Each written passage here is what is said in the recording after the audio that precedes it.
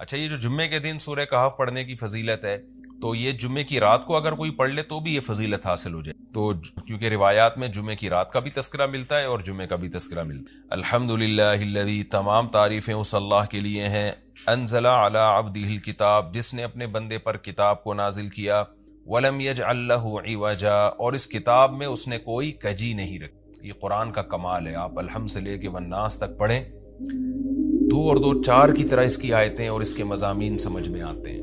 قرآن کے علاوہ کوئی بھی مذہبی کتاب آپ پڑھ لینا تو آپ کو سمجھ میں نہیں آئے گی کہ یہ کیا کہا جا رہا ہے اس میں، اور وہ باتیں نیچر کو اپیل بھی نہیں کریں گی، اور انسان وسوسوں کا شکار ہو جائے گا اور مصیبت میں پڑ جائے گا۔ لیکن قرآن کے دعوے کتنے واضح ہیں، اور دعووں میں تناقض نہیں ہے۔ قرآن نے کہا خدا ایک ہے، ہر جگہ یہی کہا کہ ایک ہے۔ محمد صلی اللہ علیہ وسلم کو کہا کہ نبی ہیں، بشر ہیں نبی ہیں، تو بشریت کو ثابت کیا قرآن نے۔ جہاں نبی صلی اللہ علیہ وسلم سے اوٹ پٹانگ معجزوں کا مطالبہ کیا گیا تو بتا دیا گیا میں بشر ہوں، ایک ہی دعویٰ رہا ہے مسلسل شروع سے آخر تک، اور آخری نبی ہونے کا جب دعویٰ کیا گیا تو آخری ہی، یہ نہیں کہ پھر قرآن میں اشارے دے دیے ہوں کہ کوئی اور نبی بھی آئے گا۔ تو تناقض نہیں ہے قرآن میں، نماز کو فرض کیا تو نماز فرض ہے۔ تو یہ جتنے مضامین، پھر اخلاقیات کی جو تعلیم دی وہ تعلیم سیم ہے۔ تو یہ ہے کہ عوج نہیں ہے، بالکل نیچر کو اپیل کرنے والی دو اور دو چار کی طرح صاف ستھری باتیں ہیں قرآن مجید میں۔ یہ خود قرآن کا ایک بہت بڑا معجزہ ہے۔ آپ کبھی بھی کسی جھوٹے آدمی کو جب سنیں گے نا، اس کی باتوں میں ٹکراؤ بہت ہو۔ میں ایک دفعہ تحقیق کر رہا تھا، یہ منکرین حدیث جو ہیں، جنہوں نے کہا، دعویٰ کیا کہ حدیث حجت نہیں ہے، تو ہمارے شیخ حضرت مفتی رشید احمد صاحب رحمہ اللہ تعالی نے اصل الفتاویٰ کی دوسری جلد میں ان کے خلاف بہت کچھ لکھا۔ تو اس میں ایک بڑی دلچسپ بات یہ تھی کہ جب یہ منکرین حدیث کا جو بانی ہے نا، پرویز نام تھا اس کا، پورا نام اس وقت ذہن میں نہیں، تو اس کی کتابوں سے حضرت نے تناقض نکالا۔ مفتی رشید احمد صاحب رحمۃ اللہ علیہ نے تناقض کیا نکالا؟ ایک جگہ لکھ رہا ہے کہ حدیث حجت نہیں ہے، دوسری جگہ لکھ رہا ہے کہ حدیث حجت تو ہے لیکن جن ذرائع سے ہم تک پہنچی وہ ذرائع حجت نہیں ہے، اور ایک جگہ لکھ رہا ہے کہ حدیث حجت بھی ہے لیکن صرف نبی صلی اللہ علیہ وسلم کے دور تک کے لیے حجت ہے، ہمیشہ کے لیے حجت نہیں ہے۔ تو ایسے کئی تناقض، تو اس میں حضرت نے لکھا کہ اس سے پتہ چلتا ہے کہ یہ بیچارہ خود اس کو پتہ نہیں ہے کہ یہ اس کا دعویٰ کیا ہے، یعنی اس سے صاف واضح ہوتا ہے کہ ان کا مقصد صرف اور صرف ہمیں اسلام سے ہٹانا ہے، اور حدیث کو مشکوک قرار دے کر، کیونکہ زیادہ تر جو قوانین ہمیں اسلام کے ملتے ہیں وہ تو قرآن میں بہت کم ملتے ہیں، وہ تو احادیث میں ملتے ہیں۔ قرآن تو زیادہ تر عقیدے کی بات کرتا ہے، آخرت کے تصور کو ہماری نظروں میں اجاگر کرتا ہے، اخلاقیات سکھاتا ہے، مسائل، فقہی مسائل، وہ تو زیادہ تر احادیث میں ہے، اسلامی قانون جسے ہم کہتے ہیں۔ تو مقصد اس کا یہ ہے کہ اسلامی قانون سے کسی طرح لوگوں کو ہٹایا جائے۔ تو جیسے جس وقت بن پڑی وہ دعویٰ اس نے کر دیا۔ کبھی مجلس دیکھی کہ یار اس وقت یہ دعویٰ کرنا زیادہ مناسب ہے کہ حدیث حجت تو ہے لیکن جن ذرائع سے پہنچی وہ ذرائع قابل اعتماد نہیں ہے، تو وہاں اس نے یہ دعویٰ کر دیا۔ تو جھوٹا آدمی کسی ایک بات پہ ٹکتا نہیں ہے۔ آپ مرزا غلام احمد قادیانی کے دعووں کو دیکھ لیں، اس کی کتابوں میں کہیں وہ لکھتا ہے کہ میں نبی نہیں ہوں، میں تو امام ہوں، اور کہیں لکھتا ہے کہ میں، شروع میں اس نے یہ دعویٰ کیا تھا کہ میں نبی نہیں ہوں، میں امام مہدی ہوں، پھر اس نے دعویٰ کیا میں حضرت وہی عیسیٰ علیہ الصلوۃ والسلام جو مسیح موعود وہ ہوں۔ اس کی کتابوں میں اتنا ٹکراؤ ہے، وجہ اس کی ہے کہ باطل کا ایک ہدف ہوتا ہے، تو وہ دیکھتا ہے کہ جیسا دیس ویسا بھیس، جیسے اس کا ہدف ہوتا ہے شہرت، دولت، اور یا لوگوں میں پھوٹ ڈالنا، یا کوئی منصب حاصل کرنا کسی سے، تو وہ پھر دیکھتا ہے کہ جس وقت جو طریقہ اس کو سوٹیبل لگتا ہے نا، وہ وہی طریقہ اختیار کر لے۔ تو ہر باطل میں یہ ہوتا ہے، آج بھی ہم دیکھتے ہیں جو اہل باطل ہوتے ہیں وہ کسی ایک بات پہ ٹکتے نہیں ہیں۔ ایک تو ہوتا ہے نا انسان سے غلطی سے ایک دعویٰ ہو گیا اس سے رجوع کر لے، وہ ایک الگ چیز ہے، وہ تو ہر انسان سے خطا ہو سکتی ہے، لیکن اہل باطل کے دعووں میں بہت ٹکراؤ ہوتا ہے، وہ کسی ایک بات پہ ٹکتے نہیں ہیں۔ آج بہت سارے اسکالرز ایسے ہیں کہ آپ جب ان کی تقریریں سنیں گے یا ان کی کتابیں پڑھیں گے تو انہیں بہت ٹکراؤ نظر آئے گا۔ اسی سے صاف پتہ چل جاتا ہے کہ یہ لوگ اپنے دعوے میں مخلص نہیں ہیں، ان کا مقصد پھوٹ ڈالنا ہے۔ تو جتنی جو تحریف شدہ آسمانی کتابیں ہیں، یہ جتنے باطل مذاہب ہیں، ان میں بھی آپ کو یہ ٹکراؤ نظر آئے گا۔ تو قرآن یہ دعویٰ بار بار کرتا ہے کہ اللہ تعالیٰ نے جو کلام اپنے حبیب صلی اللہ علیہ وسلم پہ نازل کیا، اس میں آپ کو عوج نظر نہیں آئے گا، کوئی کجی نظر نہیں آئے گی، بہت واضح دو اور دو چار کی طرح وہ اپنے دعووں کو دعوے کرتا ہے قرآن مجید، اور اس پر دلائل قائم کرتا ہے۔ قیماً، اللہ فرماتے ہیں سیدھا سیدھا کلام ہے، لینذر بأسا، تاکہ یہ ڈرا دے۔ کہ اللہ تو نے اتنا صاف ستھرا کلام نازل کیوں کیا؟ اللہ کہتے ہیں دو وجہ سے، برے لوگوں کو ڈرانے کے لیے، اچھے لوگوں کو امیدیں دلانے کے لیے، تاکہ برے لوگ برائی سے بچیں اور اچھے لوگوں کو موٹیویشن ملے. یہ دعویٰ بھی قرآن کا کتنا پیارا اور کتنا صاف ستھرا ہے. برائی کو ختم کرنا چاہتا ہے قرآن, اچھائی کو پروموٹ کرنا چاہتا ہے. لِيُنذِرَ بَأْسًا شَدِيدًا, ہم نے کیوں نازل کیا؟ تاکہ یہ ڈرا دے شدید عذاب سے, مِن لَدُنْهُ, اللہ کی طرف سے, یعنی اللہ کی طرف سے ڈرا دے. وَيُبَشِّرَ الْمُؤْمِنِينَ, اور ایمان والوں کو خوشخبریاں سنا دے. کون سے ایمان والے؟ الَّذِينَ يَعْمَلُونَ الصَّالِحَاتِ, جو اچھے اعمال کرتے ہیں. کیا خوشخبری سنا دے؟ أَنَّ لَهُمْ أَجْرًا حَسَنًا, کہ ان کو اجر ملے گا بہت اچھا, اور ایسا اجر ملے گا مَاكِثِينَ فِيهِ أَبَدًا, رہیں گے اس اجر میں وہ ہمیشہ ہمیشہ. وَيُنذِرَ الَّذِينَ قَالُوا, اور تاکہ یہ کلام ڈرا دے ان لوگوں کو, الَّذِينَ قَالُوا, جو کہتے ہیں اتخذ اللہ ولدا. اللہ نے ڈرانے کا ذکر 2 دفعہ کیا, اس لیے کہ ایک تو عام لوگ جو برے ہوتے ہیں ان کو ڈرا دے, اور مشرکین میں خاص طور پر یہ برائی تھی کہ یہود و نصارہ کی باتوں میں آ کے اللہ کے لیے اولاد ٹھہرا لیا کرتے تھے. وہ فرشتوں کو بیٹیاں کہہ دیا, یا عیسائیوں کی باتوں میں آ کے اللہ کے لیے اولاد ٹھہرا دی. تو اس لیے اللہ نے خاص طور پر ان مشرکین اور ان کافروں کا ذکر کیا جو نبی صلی اللہ علیہ وسلم کے دور میں اللہ کے لیے اولاد ٹھہراتے تھے, کہ اللہ ان کو بھی ڈرا دیا جائے. وَيُنذِرَ الَّذِينَ قَالُوا, اور ڈرا دے ان لوگوں کو جو کہتے ہیں اتخذ اللہ ولدا, کہ اللہ نے ٹھہرا لی ہے اولاد. سورہ کہف بھی مکی صورتوں میں سے ہے نا, تو اس میں بھی توحید کا مضمون بہت ہوگا. مَا لَهُم بِهِ مِنْ عِلْمٍ, نہیں ہے ان کے لیے اس دعوے پر کوئی دلیل. وَلَا لِآبَائِهِمْ, اور نہ ان کے باپ دادا کے پاس کوئی دلیل تھی. یہ اکثر کہتے تھے نا, بھائی ٹھیک ہے ہمارے پاس دلیل نہیں ہے لیکن ہم اپنے باپ دادا کو فالو کرتے ہیں. تو اللہ کہتے تمہارے باپ دادا کے پاس کون سے اس دعوے کی کوئی دلیل تھی. اور یہ جملہ ہلکا نہیں ہے, کبرت کلمۃ, بہت بڑا ہے یہ کلمے کے اعتبار سے. ایسا کلمہ جو ان کی منہ سے نکلتا ہے, منہ سے نکلنے والا کلمہ, یہ بہت بڑا کلمہ ہے, بہت بھاری ہے زمین اور آسمان پر, کہ اللہ کے لیے اولاد ٹھہرا دی. ان یقولون الا کذبا, نہیں بولتے یہ لوگ مگر نرا جھوٹ بولتے ہیں یہ. فلعلک باخع نفسک علی آثارہم, اللہ تعالیٰ اپنے حبیب صلی اللہ علیہ وسلم کو تسلی دے رہے ہیں کہ اتنا سری جھوٹ بولتے ہیں اور آپ کی دعوت اتنی واضح ہے پھر بھی ایمان نہیں لاتے. تو اے نبی, کہیں ایسا نہ ہو کہ آپ غم میں اپنی جان ہی نہ ہلاک کر بیٹھیں, کیونکہ رسول اللہ صلی اللہ علیہ وسلم کا دل بہت گھٹتا تھا کہ اتنی واضح بات میں کر رہا ہوں, اتنا میرے دعوے میں اتنی کلیئرٹی ہے, اس کے باوجود یہ مانتے کیوں نہیں ہیں. تو غم سے آپ کا سینہ گھٹتا تھا. تو اللہ نے آپ کو بتایا کہ یہ آپ کی حالت یہ ہو گئی ہے شاید کہ آپ اپنی جان ہی ہلاک کر بیٹھیں. دیکھیں اللہ کا شاید, یہ ہماری زبان میں اللہ ہم سے بات کرتے ہیں نا, ورنہ اللہ کے لیے تو شاید نہیں, اللہ کے لیے جو چیز ہوتی ہے یقینی ہوتی ہے. تو یہاں شاید کا مطلب کیا ہوگا کہ کوئی بھی دیکھنے والا آپ کی کنڈیشن کو دیکھے نا اس وقت, تو وہ کہے گا کہ آپ کی موت نہ واقع ہو جائے, اتنا غم ہے آپ کو. تو مقصد ہے غم کی شدت کو بیان کرنا. تو اللہ فرماتے ہیں شاید کہ آپ اپنی جان ہی ہلاک کر بیٹھے ان کے پیچھے, یعنی ان کے غم میں. اگر یہ لوگ اس قرآن پر ایمان نہ لے کر آئے, اسفا, افسوس اور غم میں آپ کی جان ہی کہیں آپ ہلاک نہ کر بیٹھیں.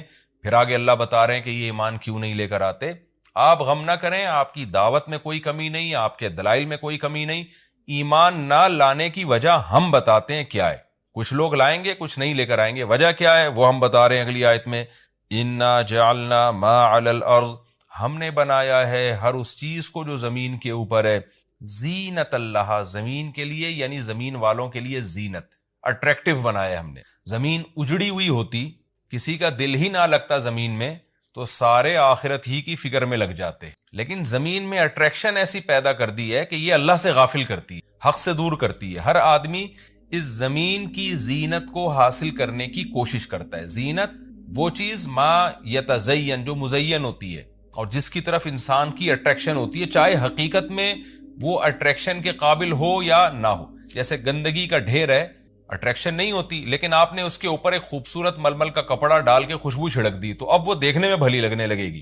تو جو چیز دیکھنے میں بھلی لگتی ہے اس کو مزین کہا جاتا ہے, چاہے حقیقت میں ہو یا نہ ہو. تو اللہ نے کہا کہ ہم حقیقت میں زمین اچھی ہے یا نہیں ہے, یہ لوگ اس کو نہیں دیکھتے, بس اٹریکٹیو ہے اس کو دیکھتے ہیں کہ اس کا یہ اٹریکٹ کرتی ہے اپنی طرف. حقیقت میں دیکھا جائے تو مسافر خانہ ہے نا, کتنی بھی مل جائے تو ختم ہونے والی ہے, تو فنا ہونے والی چیزوں سے کون دل بہلاتا ہے.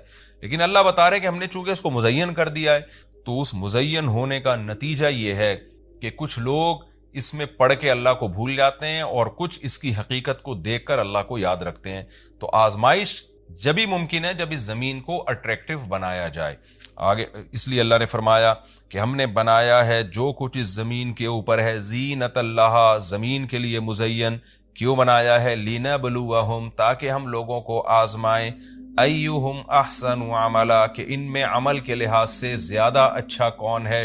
اگر زمین کو مزین نہ بنایا جاتا تو سارے عمل کے لحاظ سے بہت اچھے ہو جاتے، کیونکہ قربانی نہ دینی پڑتی. اب اس مزین زمین کی بہت سی چیزوں کو چھوڑنا پڑتا ہے.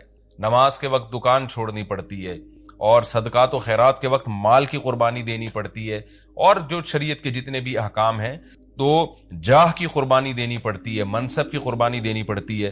تو اللہ کہتے ہیں ہم نے چونکہ مزین بنا دیا تاکہ ہم لوگوں کو آزمائیں. تو ظاہر ہے جب آزمائش ہوتی ہے تو اے نبی کچھ لوگ کامیاب ہوتے ہیں اور کچھ لوگ ناکام ہوتے ہیں. تو آپ چاہتے ہیں کہ ساری دنیا ایمان لے آئے، سارے نیک بن جائیں، یہ آپ کی چاہت پوری نہیں ہو سکتی، کیونکہ امتحان میں 100% لوگ کامیاب عام طور پر نہیں ہوا کرتے. وَإِنَّا لَجَاعِلُونَ مَا عَلَيْهَا صَعِيدًا جُرُزًا، اور یاد رکھو جو کچھ زمین کے اوپر ہے ہم اس کو بنانے والے چٹیل میدان. یعنی اللہ نے جب یہ کہا نا کہ زمین کے اوپر کی چیزوں کو ہم نے مزین کر دیا، تو آگے نافرمانوں کو ایک دھمکی بھی دے دی کہ تم جو اس میں پڑھ کر ایمان سے اور نیک عمل سے غافل ہو رہے ہو کہ بھئی اتنی اٹریکشن ہے، تو اس کا ایک دوسرا پہلو بھی ہے. وہ پہلو کیا ہے؟ چٹیل میدان بن جائے گی، سب تباہ و برباد ہو جائے گا. یعنی ایگزامینیشن ہال میں جب جو نعمتیں آپ کو دی جاتی ہیں وہ ہمیشہ کے لیے تھوڑی دی جاتی ہیں، وہ تو اس وقت تک کے لیے دی جاتی ہیں جب تک امتحان چل رہا ہے، اس کے بعد وہ لے لی جاتی ہیں واپس. تو اسی طرح اللہ اس زمین کو ختم کر دیں گے، اور تب پوری ترقی، جو انسان کی جتنی بھی ترقی ہے زمین میں اور کائنات میں، ساری زمین بوس ہو کے ختم ہو جائے گی. اور اللہ تعالیٰ جس مقصد کے لیے انسان کو پیدا کیا گیا اس مقصد کے بارے میں انسان سے سوال کریں گے. ام حسبت ان اصحاب الکہف والرقیم، قرآن نے یہ کچھ تمہید بیان کی کہ یہ دنیا آزمائش کے لیے اور سب کچھ ختم ہو جائے گا، جو قرآن کا اصل مقصود ہے. اب قرآن ایک واقعے کی طرف آتا ہے. مشرکین مکہ یہود و نصارہ سے بہت سی چیزیں سنا کرتے تھے، اور یہود آ کے ان کو چپ کے گائیڈ کرتے تھے کہ جس نے نبوت کا دعویٰ کیا ہے نا، تم ان سے یہ سوال پوچھو، تم ان سے یہ سوال پوچھو. پھر یہود دیکھتے تھے کہ ہماری تورات کے مطابق جواب ملتا ہے کہ نہیں ملتا. تو ان کا یعنی خیال یہ تھا کہ محمد صلی اللہ علیہ وسلم جواب نہیں دے پائیں گے تو ہم بتائیں گے دیکھو ہماری تورات میں تو یہ لکھا ہے، اگر یہ اللہ کے نبی ہیں تو یہ تو ہر آسمانی کتاب یہ واقعہ بیان کرتی ہے، تو قرآن کیوں بیان نہیں کر رہا. تو یہودیوں نے آ کے مشرکین مکہ سے کہا، مشرکین مکہ نے نبی صلی اللہ علیہ وسلم سے سوال پوچھا. ان میں 3 سوال تھے. ایک روح سے متعلق جس کا سورہ بنی اسرائیل میں جواب دے دیا گیا، ایک حضرت ذوالقرنین سے متعلق کہ وہ کون سا بادشاہ تھا جس نے پوری دنیا پہ حکومت کی، ان کا تذکرہ اللہ نے قرآن میں بیان کیا، اور ایک اصحاب کہف کے بارے میں. تو اب قرآن ان کے واقعے کو بیان کر رہا ہے. ام حسبت ان اصحاب الکہف والرقیم کانوا من آیاتنا عجبا، اے نبی آپ یہ سمجھتے ہیں کہ اصحاب کہف اور جبل والے، پہاڑ والے لوگ، غار اور پہاڑ والے لوگ کیا ہماری نشانیوں میں سے بڑی عجیب نشانی تھے؟ کیا آپ یہ سمجھتے ہیں؟ یعنی یا تو اس کا جواب یہ کہ واقعی یہ نشانی تھے، یا یہ کہ یہ اتنی بڑی نشانی نہیں تھے جتنی بڑی اس کائنات کو بنا دینا بڑی نشانی ہے. اذ اول فتیتو، اللہ نے اس واقعے کو بیان کیا. اس وقت کو یاد کرو جب چند نوجوانوں نے ٹھکانہ پکڑا الی الکہف، ایک بڑے غار کی طرف. فقالو، پھر کہنے لگے.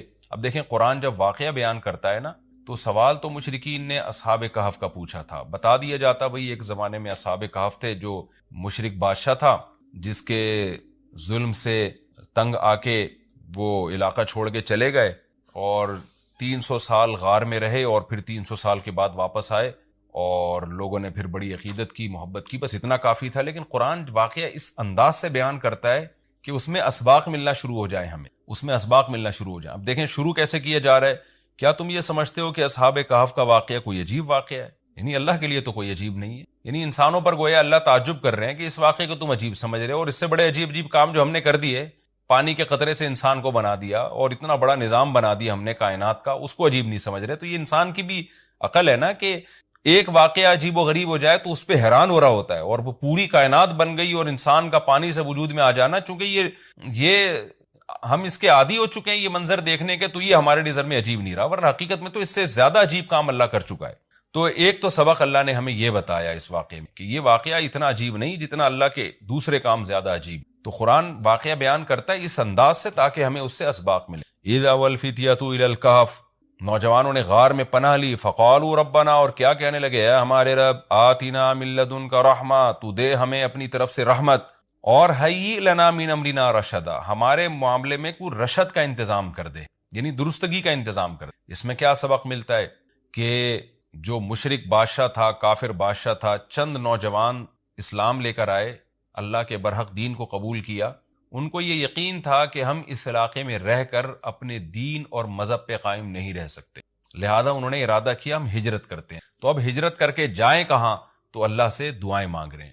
اس سے کیا پتہ چلتا ہے کہ جب آپ کے لیے کسی علاقے میں رہ کر دین پر چلنا ناممکن ہو تو آپ پر لازم ہے کہ آپ اس علاقے کو چھوڑیں، ایک بات۔ نمبر 2، چھوڑ کر آپ اللہ پہ اعتماد اور توکل کریں کہ جس اللہ نے مجھے یہاں کھلایا وہ کہیں اور بھی کھلا سکتا ہے۔ نمبر 3، اللہ سے 2 قسم کی دعائیں مانگیں۔ نمبر 1، اے اللہ تو میرے لیے رحمت کا انتظام کر دے، یعنی اپنا رحم کر تاکہ تیری رحم کی وجہ سے ہمارے لیے معاملات آسان ہو جائیں۔ نمبر 2، تو ہمیں گائیڈ کر، حیئ لنا من امرنا رشدا کا مطلب سیدھا راہ دکھا، ہمیں بتا کہ ہم نے جانا کہاں ہے، کس ملک میں اسٹے کرنا ہے، سفر کیسے کرنا ہے۔ یہ بالکل ایسے ہی ہے جیسے موسیٰ علیہ الصلوۃ والسلام سے غلطی سے قتل ہو گیا، تو اب مدین سے جب نکلنا تھا، مصر سے جب نکلنا تھا تو راستہ معلوم نہیں تھا، تو وہاں بھی اللہ تعالیٰ سے موسیٰ علیہ السلام نے دعا مانگی کہ وَلَمَّا تَوَجَّهَ تِلْقَاءَ مَدْيَنَ قَالَ عَسَىٰ رَبِّي أَن يَهْدِيَنِي سَوَاءَ السَّبِيلِ، مجھے امید ہے میرے رب مجھے سیدھا راستہ دکھائے گا۔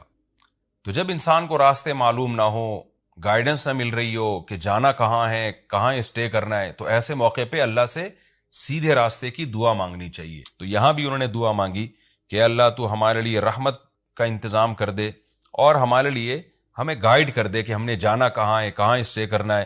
تو قرآن کہتا ہے ہم نے ان کی دعا کو قبول کی، فَضَرَبْنَا عَلَىٰ آذَانِهِمْ، رحمت کا انتظام کیسے ہوا کہ ہم نے غار کے اندر، کیونکہ گئے ان کے کتے کو ساتھ لے کر غار کے اندر گئے، اور وہاں انہوں نے کہا کہ فی الحال ہم یہاں لوگوں سے چھپ جائیں، کسی طریقے سے پناہ میں آ جائیں، پھر دیکھیں گے جی اٹھ کے ہم نے جانا کہاں ہے۔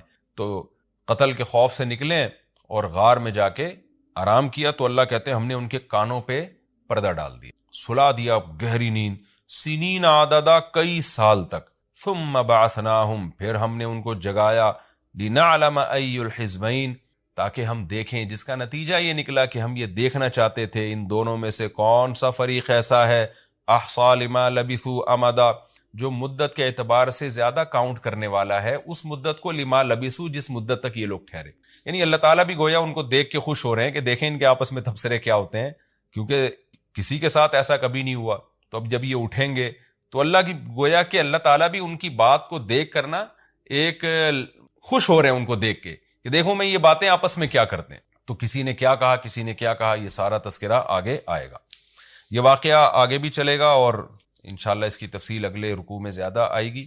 ہمارا یہ رکوع الحمدللہ کمپلیٹ ہو گیا اور وقت بھی تقریباً کمپلیٹ ہی ہونے والا ہے ہمارا، تو انشاءاللہ اگلے ایپیسوڈ میں اس واقعے کو ہم مکمل کریں گے۔ تفسیر اس کی بہت آسان ہے، زیادہ ڈیٹیل میں جانے کی ضرورت نہیں، اور میں بار بار بتاتا ہوں کہ یہ جو میں تفسیر کے لیکچر ریکارڈ کروا رہا ہوں، اس کا بنیادی مقصد صرف اور صرف یہ ہے کہ جب آپ قرآن مجید کی تلاوت کریں تو آپ کو سمجھ میں آئے کہ آپ کیا پڑھ رہے ہیں، کیا سن رہے ہیں۔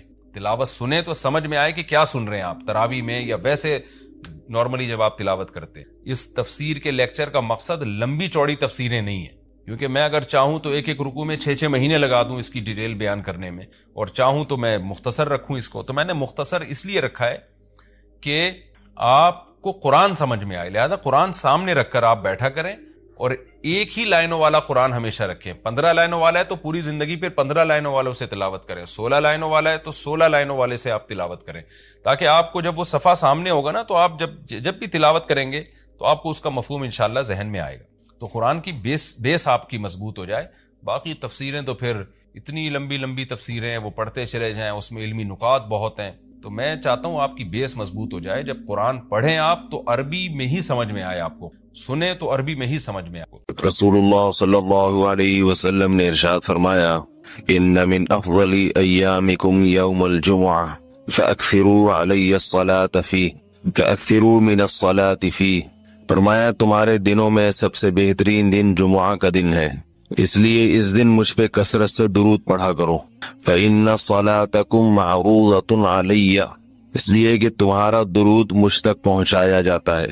صحابی نے پوچھا یا رسول اللہ کیف تعرض علیک صلاتنا وقد ارمتا، ہمارا درود آپ تک کیسے پہنچایا جائے گا جبکہ آپ جب دنیا سے جائیں گے قبر میں جسم آپ کا ختم ہو جائے گا تو ہمارا درود آپ تک کیسے پہنچے گا؟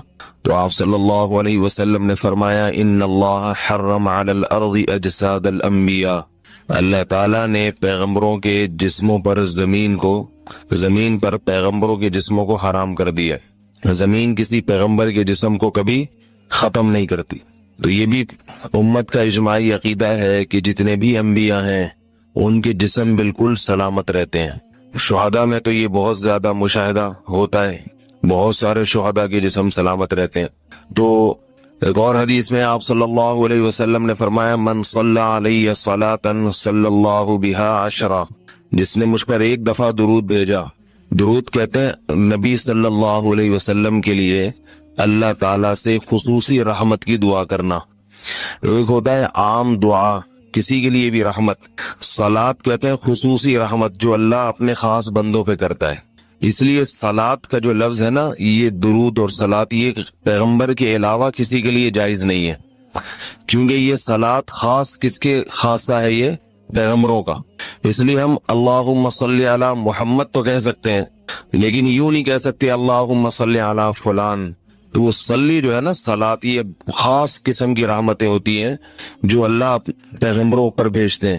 تبھی قرآن میں آتا اولئک علیہم صلوات من ربہم ورحمہ، کہ جو لوگ صبر کرتے ہیں ان پر اللہ کی خصوصی رحمتیں بھی ہیں اور رحمت بھی ہے۔ تو پتہ چلا صلاۃ اور رحمت میں فرق ہے۔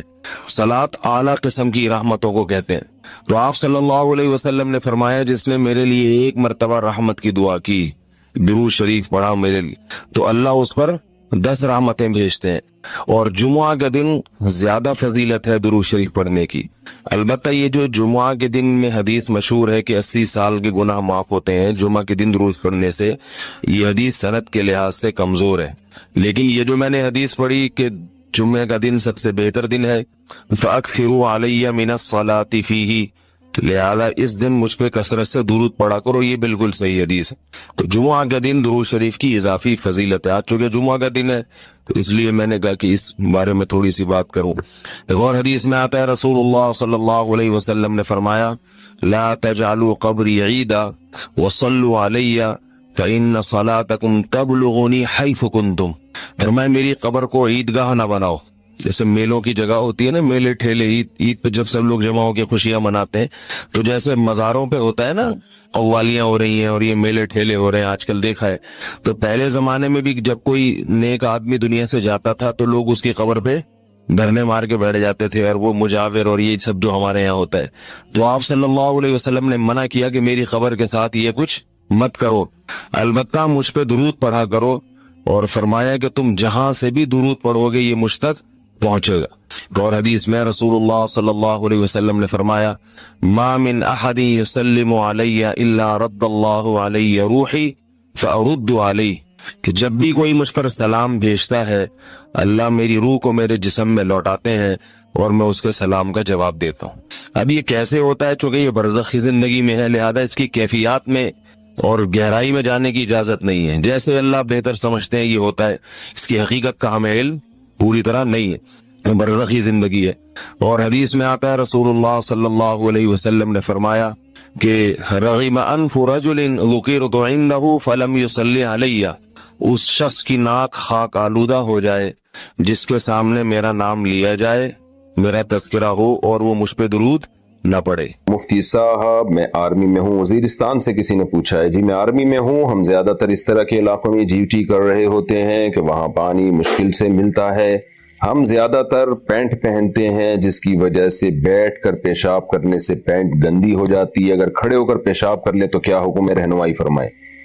دیکھیں کھڑے ہو کر پیشاب کرنا شریعت میں ناپسندیدہ ہے، لیکن نبی صلی اللہ علیہ وسلم سے ایک بار کھڑے ہو کر پیشاب کرنا ثابت ہے، تو اس کی علماء نے یہی وجہ بیان کی ہے کہ کوئی مجبوری ہوگی۔ تو اس سے پتہ چلتا ہے کہ اگر کوئی مجبوری ہو تو کھڑے ہو کر پیشاب کرنے میں کوئی حرج نہیں ہے. لیکن نبی صلی اللہ علیہ وسلم کا عام معمول جو حضرت عائشہ نے بیان کیا ہے وہ یہی ہے کہ آپ ہمیشہ بیٹھ کے پیشاب کیا کرتے تھے. تو اگر آپ کی کوئی مجبوری ہے تو پھر کھڑے ہو کر پیشاب کر سکتے ہیں، انشاءاللہ کوئی حرج نہیں ہوگا. مسلمان کا ہمیشہ جہنم میں رہنا. محمد صاحب نے کینیڈا سے پوچھا ہے، میں نے سنا ہے کہ جو کسی مسلمان کو قتل کر دے تو وہ ہمیشہ جہنم میں رہے گا اور اس کی توبہ بھی قبول نہیں، جبکہ حدیث میں ہے کہ جس نے ایک بار بھی کلمہ پڑھا اس کو جہنم سے نکال دیا جائے گا، اور شرک کے علاوہ تمام گناہوں کی توبہ قبول ہے. اس بارے میں رہنمائی فرمائے. دیکھیں قرآن میں اللہ نے بیان کیا کہ جس شخص نے جان کر کسی مومن کو قتل کیا فجزاؤہ جہنم خالدین فیہا، تو اس کا بدلہ جہنم ہے جس میں وہ ہمیشہ رہے گا. تو کسی انسانی جان کا قتل بھی بہت بڑا جرم ہے اور ایمان والے کا قتل تو اور بھی بڑا جرم ہے، اور اس میں قرآن میں یہی سزا بیان کی گئی ہے کہ ہمیشہ جہنم میں رہے گا وہ. لیکن دوسری حدیثوں سے پتہ چلتا ہے کہ کوئی بھی شخص ایمان کی حالت میں دنیا سے گیا، یعنی کوئی بھی شخص جو اسلام کے ضروری عقیدے رکھتا ہو، توحید کا قائل ہو، ختم نبوت کا قائل ہو، عقیدہ تقدیر کو مانتا ہو، شرک نہ کرتا ہو، تو وہ بالآخر سزا کھانے کے بعد جہنم سے نکلے گا، چاہے کتنا ہی بڑا اس سے گناہ ہوا ہو. اور قرآن کی دوسری آیتوں سے بھی یہ پتہ چلتا ہے کہ پیغمبروں کی شفاعت بھی ہوگی. تو اب ایک طرف قرآن کہہ رہا ہے کہ جو قاتل ہے وہ ہمیشہ جہنم میں رہے گا، دوسری طرف احادیث بہت ساری ہیں اور قرآن کی آیتیں بھی ہیں جس سے پتہ چلتا ہے کہ مومن پر کے لیے شفاعت ہوگی اور وہ جہنم سے نکل جائے گا. تو ان دونوں طرح کی آیتوں کو سامنے رکھ کر علماء نے یہ جو آیت ہے نا جس میں آتا ہے کہ ہمیشہ جہنم میں رہے گا جو قاتل ہے، اس کا مطلب یہ بیان کیا ہے کہ اصل سزا تو اس کی یہی ہوگی کہ ہمیشہ رہے. اصل سزا جو اللہ نے قاتل کی رکھی ہے وہ یہی رکھی ہے کہ ہمیشہ جہنم میں رہے وہ. لیکن پیغمبر کی شفاعت کی وجہ سے اللہ تعالیٰ اس ہمیشہ والی سزا کو معاف کر دیں گے. اس کی مثال ایسے جیسے کورٹ میں بعض دفعہ سزا دی جاتی ہے کہ اس کی سزا جو ہے اتنے سال قید بامشقت ہے، کورٹ میں یہ فیصلہ سنا دیا جاتا ہے. لیکن بعض دفعہ یہ ہوتا ہے کہ سزا تو اس کو ہو گئی اور جیل ہو گئی اور اس کو اناؤنس کر دیا جاتا ہے کہ بھئی آپ کو فار ایگزامپل 14 سال قید بامشقت ہے آپ کی. لیکن بیچ میں کوئی ایسا واقعہ ہو جاتا ہے، کوئی ایسی کوئی جو ہے نا گورنمنٹ کی پالیسی چینج ہو جاتی ہے یا اور کچھ ایسا ہو جاتا ہے جس کی بیس پہ گورنمنٹ قیدیوں کو رہا کر دیتی ہے. تو یہاں بھی ایسے ہی ہے کہ اصل سزا جو قاتل کی ہے نا وہ ہمیشہ ہمیشہ کی جہنم ہی ہے، اور اللہ کا بہت غضب ہے. قرآن میں بہت سخت الفاظ ہیں اس کے لیے کہ وہ غضب اللہ علیہ، اللہ کا غضب ہوگا اس کے اوپر. اللہ کو کسی یعنی اس عمل پہ بے پناہ غصہ آتا ہے کہ جب کوئی انسانی جان کو قتل کر دے. تو اور قرآن میں تو کہا گیا ہے کہ جس نے کسی انسانی جان کو قتل کیا ایسے جیسے انسانیت کو قتل کر دیا اس نے. تو اصل میں تو اللہ کا بہت غضب ہوگا اور وہ جہنم میں جائے گا، لیکن سزا اس کی یہی اناؤنس کی جائے گی کہ تو ہمیشہ جہنم میں رہے گا. لیکن ہوگا کیا کہ اللہ نے ہمیں حدیث سے پہلے سے پتہ چل گیا ایک بات کہ پیغمبروں کی شفاعت ہوگی جس کی وجہ سے یہ ہمیشہ والی سزا اس کی معاف کر دی جائے گی اور ایک طویل وقت کے بعد اس کو جہنم سے نکال دیا جائے گا. تو ایک مطلب تو یہ بیان کیا گیا ہے. دوسرا مطلب یہ بیان کیا گیا ہے کہ یہاں پر خالدین سے مراد ہمیشہ نہیں ہے بلکہ مکھ سے طویل، یعنی بہت طویل عرصہ. بہت طویل عرصہ جب کوئی کام ہوتا ہے نا تو اس پہ بھی ہمیشہ کا لفظ کا اطلاق ہوتا ہے، تو بہت طویل عرصے رہے گا. تو ہمیشہ صرف کافر جو کفر پہ موت ہوئی، شرک پہ موت ہوئی جس کی، وہ ہمیشہ جہنم میں رہے گا، بشرطے کہ جس کی کفر پہ موت ہوئی ہے اس تک اسلام کی دعوت پہنچی ہو. اس کے بارے میں قرآن اور حدیث میں واضح ہے کہ وہ ہمیشہ ہی رہے گا. تبھی یہی وجہ ہے کہ اسلاف میں یہ عقیدہ اجماعی تھا کہ کافر کبھی بھی جہنم سے نہیں نکلے گا، اللہ کا اس پر ایسا غضب ہوگا. لیکن جو ایمان کی حالت میں دنیا سے گیا، کتنا ہی بڑا گناہ کیا ہو، سزا کھانے کے بعد بالآخر وہ جہنم سے نکل آئے گا. لیکن بہرحال بہت طویل عرصے جہنم میں رہنا بھی کوئی کم بات نہیں ہے. اس لیے قاتل کو چاہیے کہ توبہ کرے وہ، اور توبہ میں یہ بھی داخل ہے کہ جس کو قتل کیا اس کے وارثین کے حوالے کرے اپنے آپ کو، تو توبہ اس کی قبول ہو جائے گی. شرک کی توبہ بھی قبول ہوتی ہے اگر دنیا میں توبہ کر لے. دنیا میں ہر جرم سے توبہ اللہ قبول کرتا ہے. آخرت میں اگر کوئی بغیر توبہ کے چلا گیا تو شرک والے کی مغفرت نہیں ہے، یہ خوب ذہن میں رکھیں. لیکن دنیا میں جو ہے وہ ہر ایک کی توبہ قبول ہوتی ہے، قاتل کی توبہ بھی قبول ہوتی ہے. حدیث میں آتے ایک شخص نے 100 انسانوں کو قتل کیا تھا، لیکن جب توبہ کی تو اللہ نے اس کی توبہ قبول کی. لیکن توبہ خالص توبہ ہو، ایسے اوپر کی توبہ نہ ہو. تو خدا نخواستہ کسی سے انسانی جان کا قتل ہو گیا تو وہ توبہ کرے. اور توبہ کی تکمیل میں یہ بھی ہے کہ جس انسانی جان کو قتل کیا ہے اپنے آپ کو اس کے وارثوں کے حوالے کر دے اور ان سے معافی مانگے اور کہے کہ یا تو مجھے قصاصاً قتل کر دو یا یہ کہ مجھ سے دیت لے لو. لیکن آج کل مسئلہ یہ ہوتا ہے کہ اگر وہ اپنے آپ کو وارثوں کے حوالے کرے گا، جیسے ہمارے پاس ایسے کیس آئے ہیں، ایک شخص نے قتل کیا، بعد میں اس کو توبہ کی توفیق ملی، وہ آیا کہ بھائی میں نے جس کو قتل کیا ہے تو میں اب اس سے معافی یعنی میں چاہتا ہوں کہ میں اپنے آپ کو ان کے سامنے پیش کر دوں تاکہ قیامت میں مجھ سے حساب و کتاب نہ ہو، اور ان سے معافی مانگو، کیونکہ یہ حقوق العباد ہے نا، ان کے وارثوں سے معافی مانگنی پڑے گی آپ کو. تو اصل تو یہی ہے. تو میں نے کہا بھائی ماشاءاللہ یہ اس کی علامت ہے کہ آپ نے سچی توبہ کی، آپ اپنے آپ کو مقتول کے وارثوں کے حوالے پیش کرنے کے لیے تیار ہو.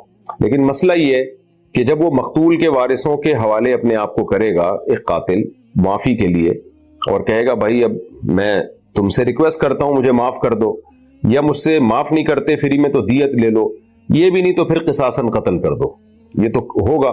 ہم ترغیب دیں گے مقتول کے وارثوں کو، بھائی دیکھو ایک آدمی اپنے آپ کو پیش کر رہا ہے، آپ قصاص نہ لیں اس سے، بہتر یہی ہے ایسے ہی معاف کر دیں آپ اس کو، اللہ تعالیٰ آپ کے بھی جرم کو معاف کرے گا جب ایک آدمی کو ندامت ہو گئی.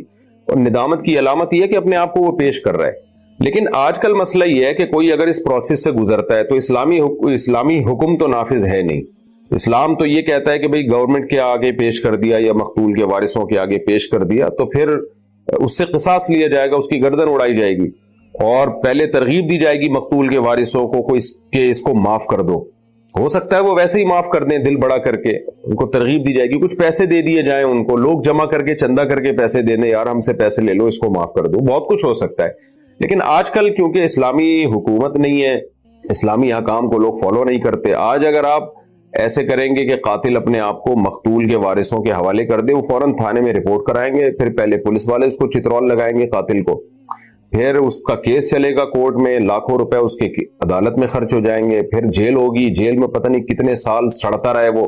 جیل کی حالت ایسی ہوتی ہے کہ خارش کی بیماری ایک دوسرے کو لگتی ہے، قضائے حاجت کی جگہیں ایسی ہوتی ہیں اور گندگی ایک ہی بیت الخلا سارے استعمال کر رہے ہیں، تو عذاب در عذاب در عذاب میں جائے گا وہ. یہاں تو یہ تھا نا، یا تو معاف کرو یا پیسے لو یا گردن اڑاؤ، اور پیسے بھی لو تو قسطوں میں لے لو اگر اس کے پاس گنجائش نہیں ہے. تو ایک طرف ہو جاتا ہے معاملہ. یہاں ہمارے یہاں قانون ایسا ہے کہ ایک طرف ہوتا نہیں ہے، جیلوں میں سڑتا رہتا ہے، ٹارچر ہوتا رہتا ہے، ایک زندگی برباد ہو جاتی ہے. تو پھر ایسی صورت میں اب یہی کہا جائے گا بھائی اپنے آپ کو مقتول کے وارثوں کے حوالے مت کرو، کیونکہ وہ تھانے میں فون کریں گے اور پھر یا وہ ہو سکتا ہے وہ زیادتی کرنا شروع کر دیں آپ کے ساتھ بجائے قصاص لینے اور ان سب چیزوں کے. کیونکہ مقتول کے وارثوں میں کوئی ایک بھی معاف کر دے نا تو پھر کسی کو بھی قصاص لینے کا حق نہیں ہوتا. خوب سمجھ لیں، جیسے کسی کے باپ کو قتل کیا، بیٹوں میں سے ایک نے معاف کر دیا تو پھر سب کی طرف سے معاف ہو جاتا ہے. پھر دیت آئے گی، جو دیت معاف کرے گا اس کی دیت معاف ہے، جو دیت معاف نہ کرے اس کو دیت دی جائے گی، یعنی دیت کم ہو جاتی ہے. پھر تو آج کل ان حکام پہ عمل نہیں ہوتا، بلکہ فوراً تھانہ، تھانے کے بعد چترول کے بعد جیل، جیل کے بعد وہاں پر جو زندگیاں برباد ہو جاتی ہیں. اگر یہ قاتل کی بیوی بچے ہیں تو وہ بھی رولتے ہیں، ایک عذاب میں پڑے رہتا ہے انسان. تو پھر دوسرا آپشن یہ ہے قاتل کے پاس کہ وہ توبہ کرے اللہ سے گڑ گڑا کے، مقتول کے لیے دعائے مغفرت بھی کرے، اور وہ یہ پھر علماء سے پوچھے کہ مجھ پہ کتنی دیت بنتی ہے. اب قصاص تو ہو نہیں سکتا تو دیت مجھ پہ کتنی بنتی ہے، تو وہ علماء اس کو بتا دیں گے. تو اپنی گنجائش کے حساب سے مقتول کے وارثوں کو کسی بھی طرح سے وہ دیت دیتا رہے، کسی تھرڈ پرسن کے ذریعے. وہ جب آپ کوئی قاتل علماء سے ملے گا تو اس کو بتا دیں گے علماء بھائی اس طرح سے تم مقتول کے وارثوں کو جتنی اللہ توفیق دے ہر مہینے کچھ نہ کچھ رقم پہنچایا کرو. اب اگر یہ پہنچانا مشکل ہو رہا ہے، وہ بولیں گے کون ہمیں دے رہا ہے، تو اس کے 20 طریقے ہیں. تو اس طرح سے دیت جو ہے مقتول کے وارثوں کو ادا کر لی جائے. اور اگر قاتل انتہائی غریب ہے کہ 1 روپیہ بھی نہیں دے سکتا، وہ ہے ہی نہیں، تو پھر توبہ استغفار کرے اور یہ نیت کرے کہ جب اللہ نے مجھے مالی وسعت دی اور مجھے اللہ نے مال دیا تو میں مقتول کے وارثوں کو دیت ادا کروں گا. تو انشاءاللہ اس کی توبہ قبول ہوگی اور اللہ آخرت میں اس کو سزا نہیں دے گا. غیر مسلم پر دم اور جھاڑ پھونک. اچھا، یہ جو میں نے قتل بتایا نا، قتل کی سزا قصاص ہے، یہ ہے جب جان بوجھ کر قتل کیا ہو. اگر غلطی سے قتل ہو گیا تو پھر اس کا کفارہ دیت ہے اور 60 روزے لگاتار رکھنا. یہ خوب سمجھ لیں، یہ کرنا پڑے گا. غیر مسلم پر دم اور جھاڑ پھونک. سہیل ملک یو پی انڈیا سے پوچھتے ہیں کیا کچھ پڑھ کر ہندو پر پھونک مار سکتے ہیں؟ کیوں نہیں مار سکتے میرے بھائی؟ کیا پھونکیں مہنگی ہو گئی ہیں کہ صرف مسلمان پر ماریں گے آپ اور ہندو پر پھونک مارنے سے آپ کی پھونک نکل جائے گی. رقیہ جو ہے نا قرآن پڑھ کے دم کرنا، یہ تو ایک علاج ہے. تو مسلم پر بھی ہو سکتا ہے، غیر مسلم پر بھی ہو سکتا ہے. میں نے تو ایسے غیر مسلم دیکھے ہیں جو مسلمانوں کے پاس آتے ہیں اور کہتے ہیں آپ ہمیں قرآن پڑھ کے دم کریں، تو ان کو بڑا سکون ملتا ہے اس سے، تو دم کر دینا چاہیے. ایک ہی آدمی کا تکبیر پڑھنا اور امامت کروانا. محمد نوید انڈیا سے. ایک مسجد میں اکثر دیکھا گیا ہے کہ امام مسجد ہی تکبیر پڑھتا ہے اور وہی امامت کرواتا ہے. اس کے بارے میں کیا خیال ہے جی آپ کا؟ کیا یہ طریقہ صحیح ہے؟ جائز ہے کبھی کبھار اگر ہو جائے، لیکن اس کو عادت نہیں بنانی چاہیے. نبی صلی اللہ علیہ وسلم کے دور میں عام معمول یہی تھا کہ جو اذان دیتا وہی تکبیر کہتا. حضرت بلال اذان بھی دیتے، تکبیر بھی کہتے. ابو محذورہ رضی اللہ عنہ اذان دیتے تو تکبیر بھی کہتے. تو اذان اور تکبیر کے لیے الگ بندہ ہوتا تھا، امامت کے لیے الگ. تو اس میں اسلامی شاعر کی تعظیم بھی ہے. تکبیر جو ہم پڑھتے ہیں، اقامہ جو ہم پڑھتے ہیں، تو یہ اسلامی شاعر ہے. اس کی تعظیم بھی یہی ہے کہ الگ الگ بندوں سے یہ کام ہو. امام مصلی پہ کھڑا اور پیچھے تکبیر کوئی اور کہہ رہا ہو. لیکن اگر کبھی اس کے خلاف ہو جائے، امام ہی تکبیر بھی کہے اور امام ہی نماز بھی پڑھائے، تو کوئی حرج نہیں ہے. فضائل سے گناہوں کی بخشش. محمد جنید وٹو فیصل آباد سے. مفتی صاحب میرا سوال یہ ہے کہ درود شریف پڑھنے سے 10 نیکیاں ملتی ہیں اور گناہ معاف ہوتے ہیں اور 10 درجات بلند ہوتے ہیں. سوال یہ ہے کہ جو 10 گناہ معاف کیے جاتے ہیں کیا وہ صغیرہ ہوتے ہیں یا کبیرہ ہوتے ہیں؟ اور اگر ایک بندہ بدکاری کرے تو کیا وہ ایک گناہ ہی گنا جاتا ہے یا بہت سارے گناہ گنے جاتے ہیں؟ اس کے بارے میں رہنمائی فرما دیں، جزاک اللہ. دیکھیں جتنی اس طرح کی حدیث ہیں کہ یہ اس عمل سے گناہ معاف ہوتے ہیں، اس عمل سے گناہ، تو اس سے صغیرہ گناہ مراد ہوتے ہیں. جیسے درود شریف پڑھنے سے 10 گناہ معاف، تو صغیرہ گناہ ہے. زنا بہت بڑا جرم ہے، چھوٹا جرم نہیں ہے. اتنا بڑا جرم ہے کہ کنوارا زنا کرے تو اللہ نے کہا کہ اس کو چوک پہ کھڑا کر کے 100 کوڑے مارو، اور شادی شدہ زنا کرے تو اس کو زمین میں گاڑ کے پتھروں سے مار کے ہلاک کر دو. اس سے بڑا یعنی سزا اسلام میں ہے نہیں کوئی، اس سے بڑی سزا. بہت بڑا جرم ہے یہ. اگر خدا نخواستہ کسی سے ہو گیا ہے تو بہت زیادہ گڑ گڑا کے اللہ سے توبہ استغفار کرے وہ، تاکہ آئندہ اس سے وہ گناہ نہ ہو، اور توبہ روئے اللہ کے سامنے، کیونکہ اس نے اپنے اوپر جہنم کو حلال کر لیا، آگ کو حلال کر لیا. تو اس لیے زنا کو ہلکا جرم نہیں سمجھنا چاہیے. اور رائے آپ کے سوال کے جب کوئی زنا کرے گا تو ایک گناہ سمجھا جائے گا، تو گناہ تو ایک ہی ہے لیکن وزنی بہت ہے. بعض دفعہ کوانٹیٹی میں کوئی چیزیں بہت زیادہ ہوتی ہیں لیکن ویٹ کم ہوتا ہے. تو صغیرہ گناہ بہت زیادہ بھی مل جائے نا تو ایک کبیرہ کے برابر نہیں ہو سکتے. ہے تو کبیرہ ایک ہی اور صغیرہ بہت زیادہ، لیکن جب میزان کے ترازو میں قیامت میں رکھا جائے گا تو وہ ایک کبیرہ بہت سارے صغیرہوں پہ حاوی ہوگا. تو زنا ایک جرم ہے لیکن ویٹ بہت ہے، اور قیامت کے دن اعمال تولے جائیں گے، گنے نہیں جائیں گے، کاؤنٹ نہیں کیے جائیں گے بلکہ تولے جائیں گے. بعض دفعہ ایک نیکی بڑی وزنی نکلے گی، بعض دفعہ ایک گناہ بہت زیادہ وزنی نکلے گا. اس لیے کبیرہ گناہوں سے بہت زیادہ بچنے کی کوشش کرنی چاہیے. ہو جائے تو بہت زیادہ اللہ کے سامنے گڑ گڑانا چاہیے، اور کچھ صدقہ خیرات بھی کرنا چاہیے تاکہ اللہ کا غضب ٹھنڈا ہو. سود کے پیسوں سے راستہ بنوانا. ساؤتھ افریقہ سے کسی نے پوچھا ہے کیا سود کے پیسوں سے مسجد کی طرف جانے والا راستہ پکا کرایا جا سکتا ہے؟ نہیں کرایا جا سکتا. مسجد یا مسجد سے متعلقہ کسی بھی کام میں سود کے پیسے خرچ نہیں کرنے چاہیے. وہ تو مسجد کی طرف جانے والا راستہ ہے نا. ہاں بیت الخلاء مسجد کے یا اس ٹائپ کی جو گندگی والی جگہ ہیں ان میں سود کا پیسہ لگا دیں بغیر ثواب کی نیت سے، یہ بھی ذہن میں رکھیں. ویڈیوز کے بیک گراؤنڈ پر میوزک کا حکم. عمان میں جم میں ریلز بناتا ہوں جس میں بولتا نہیں ہوں، صرف ویڈیو ہوتی ہے. کیا اس پر بیک گراؤنڈ میوزک لگانا جائز ہے؟ کیونکہ میوزک مقصد نہیں بلکہ ویڈیو مقصد ہے.